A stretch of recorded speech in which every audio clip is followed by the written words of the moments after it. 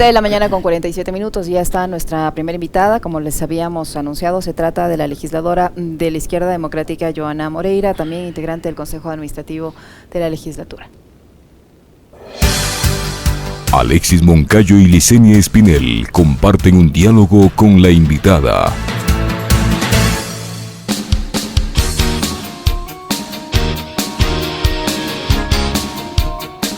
7 de la mañana con 48 minutos, 7 con 48 minutos. Saludamos entonces a Johanna Moreira, asambleísta de la Izquierda Democrática. ¿Cómo está, legisladora? Buenos días, bienvenida, gracias por acompañarnos. Les saludamos a Alexis Moncayo, quien le habla, Licenia Espinel. Hacíamos el comentario previo a esta entrevista sobre la situación que enfrenta la mujer en diversos ámbitos, en el tema económico, en el tema de igualdad, en el tema de género, de violencia, etcétera.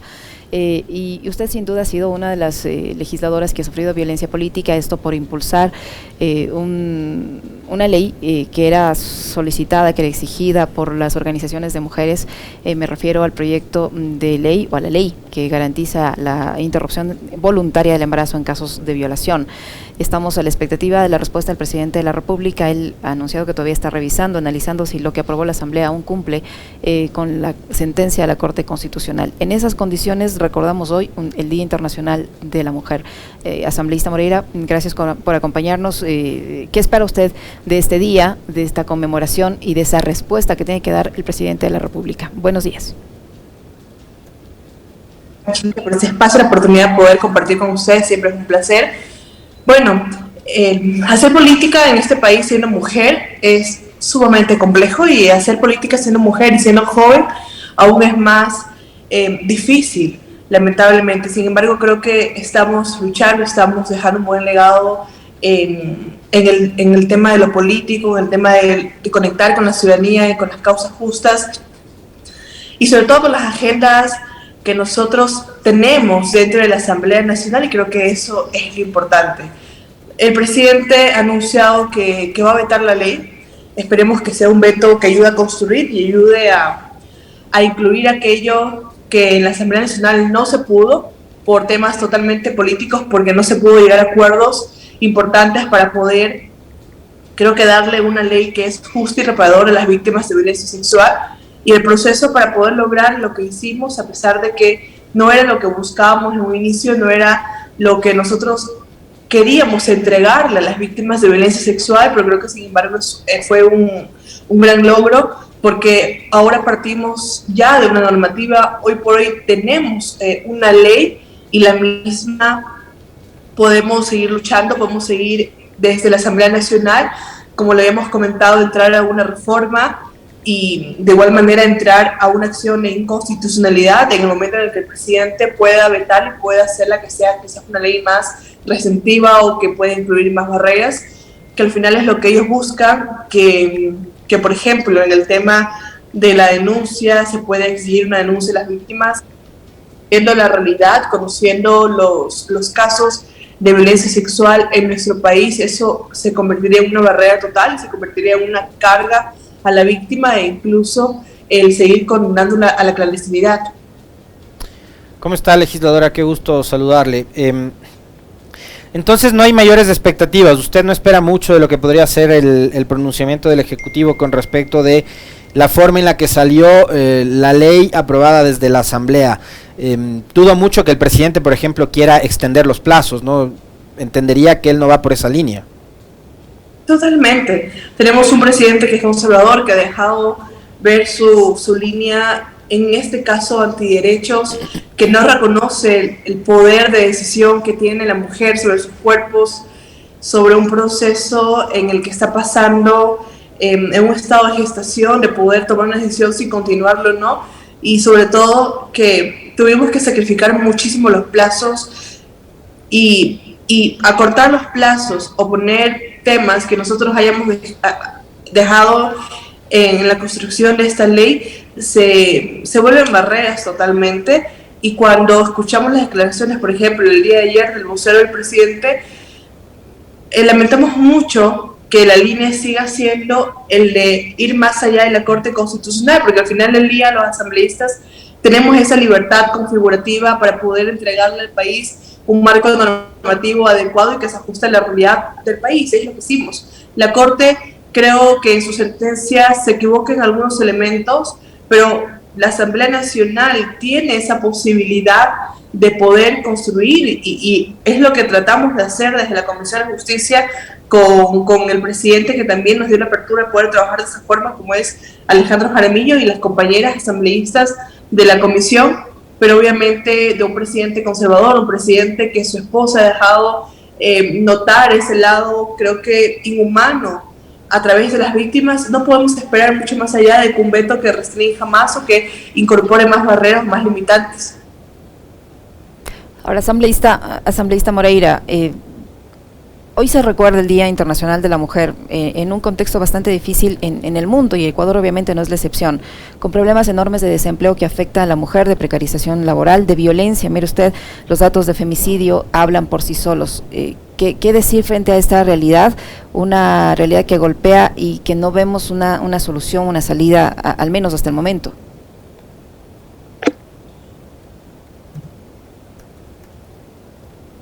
Creo que el país necesita enfocarse en lo que verdaderamente importa, sobre todo poner en un momento de debate a las víctimas, a las mujeres. Siempre he dicho que somos el 50% más uno de la población ecuatoriana, pero estamos tan invisibilizadas.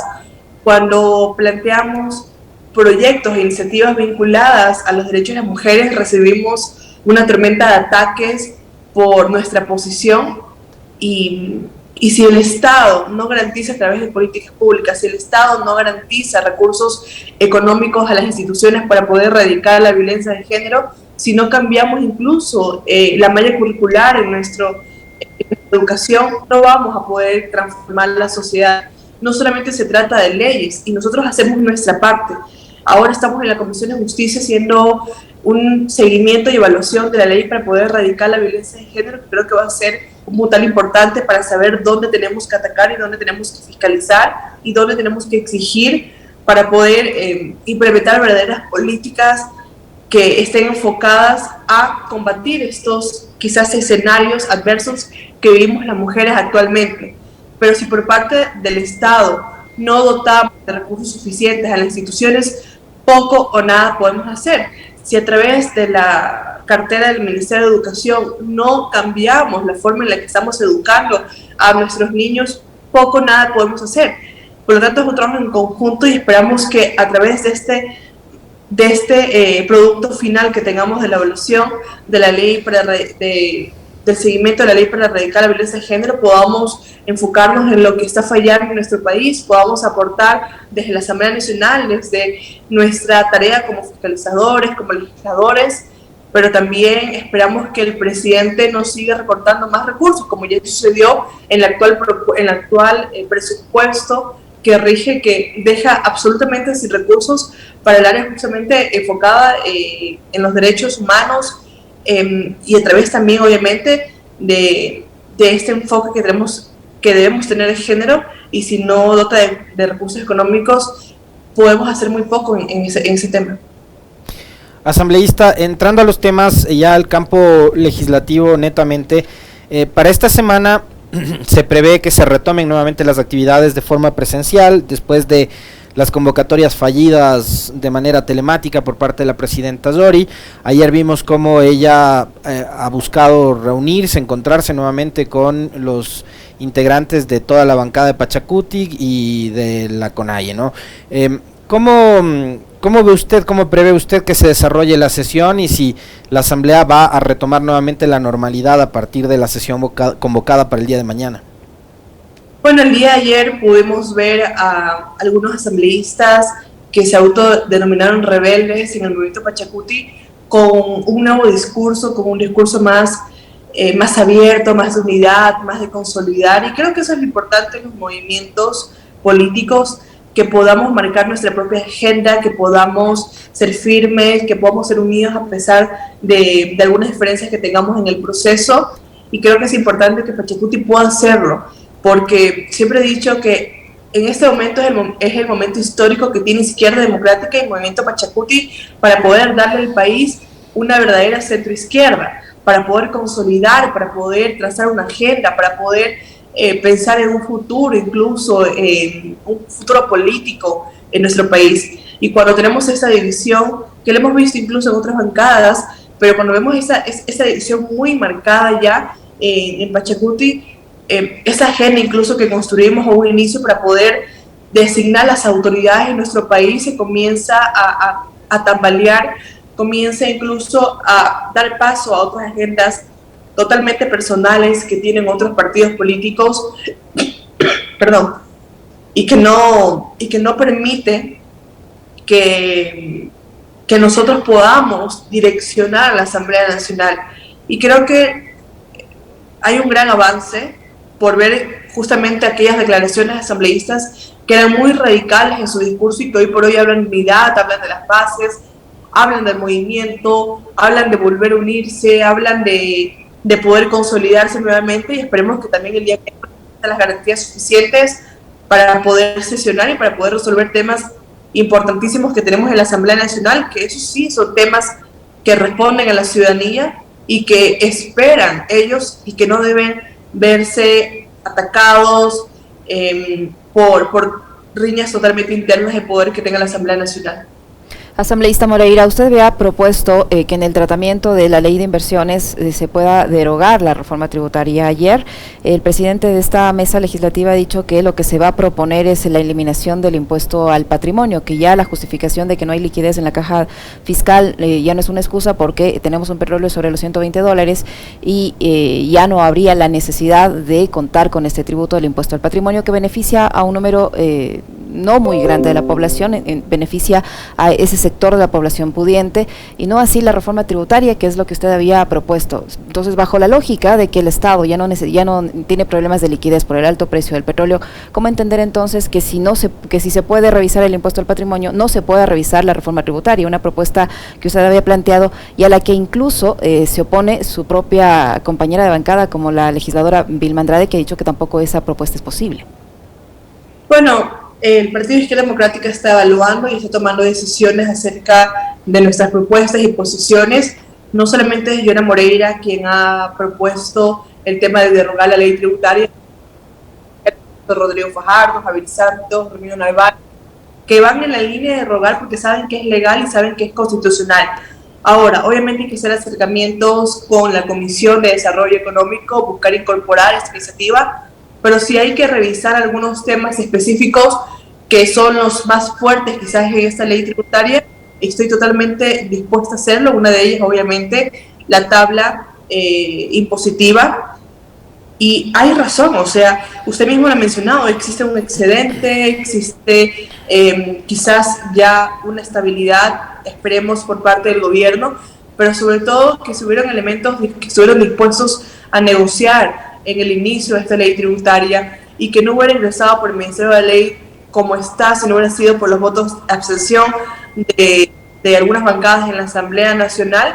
Hoy por hoy tendríamos quizás una tabla impositiva que no golpee tanto a la clase media y a la clase baja, y sobre todo a aquellas clases populares como lo son los artesanos, porque al final son ellos los que los están golpeando mucho más fuerte. Si hay elementos que podemos sentarnos, podemos dialogar y podemos llegar a un consenso a través de la Comisión de Desarrollo Económico, estamos totalmente dispuestos,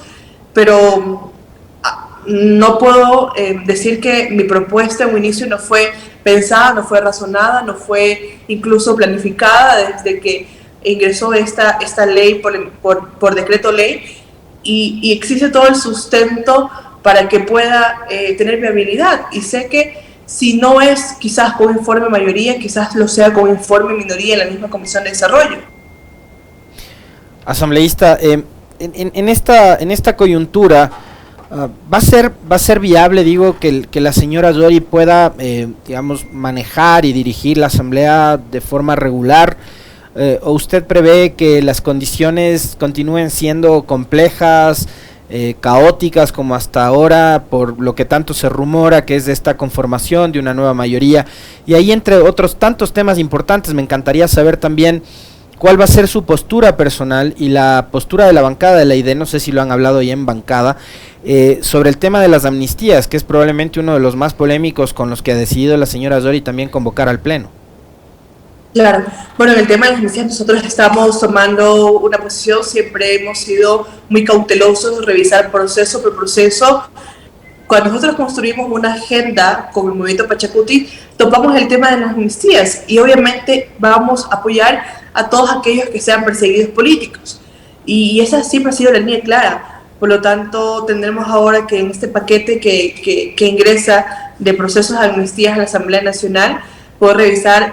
proceso por proceso y tomar una decisión, pero es parte de la agenda que nosotros construimos, y todos aquellos que sean iniciativas del movimiento Pachacuti o de otra bancada que correspondan a casos de persecución política, los vamos a respaldar y los vamos a apoyar, porque aquí no estamos para ver camisetas políticas ni temas ideológicos, sino para darle justamente una respuesta a través de este proceso de amnistías a todos aquellos que hayan sido perseguidos por el gobierno.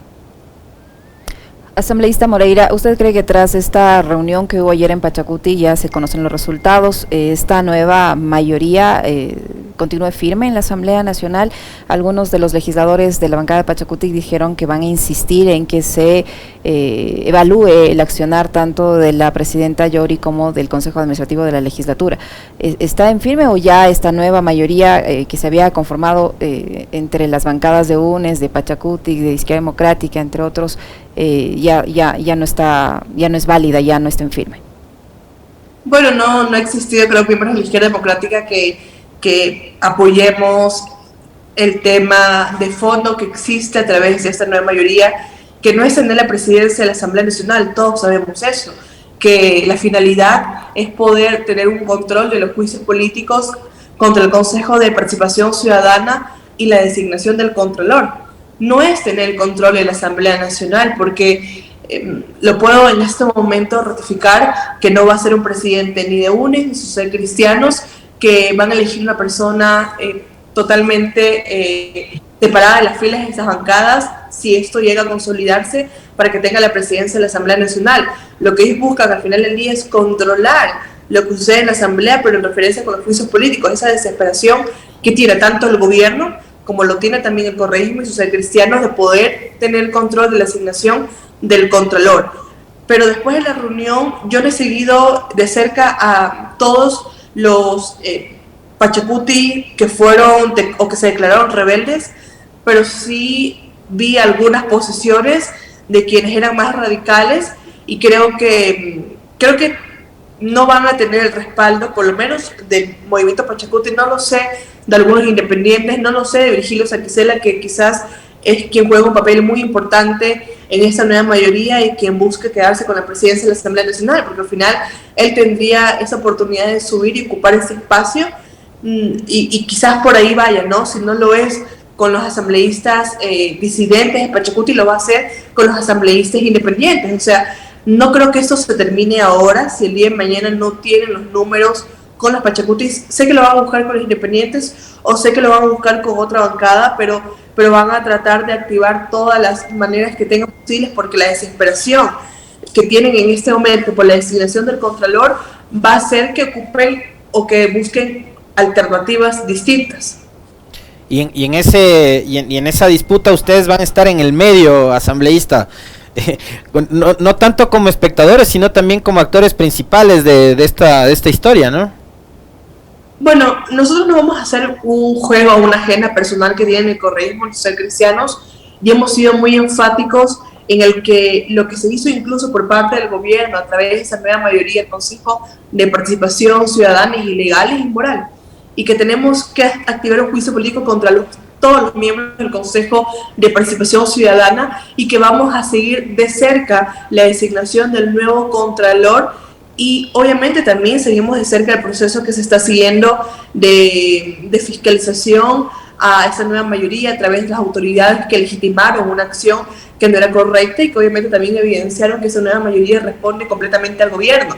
Pero en este momento no podemos apoyar que el gobierno actual pueda seguir las mismas viejas prácticas políticas, ni tampoco podemos hacer el juego a quienes hoy por hoy quieren seguir controlando las instituciones del Estado.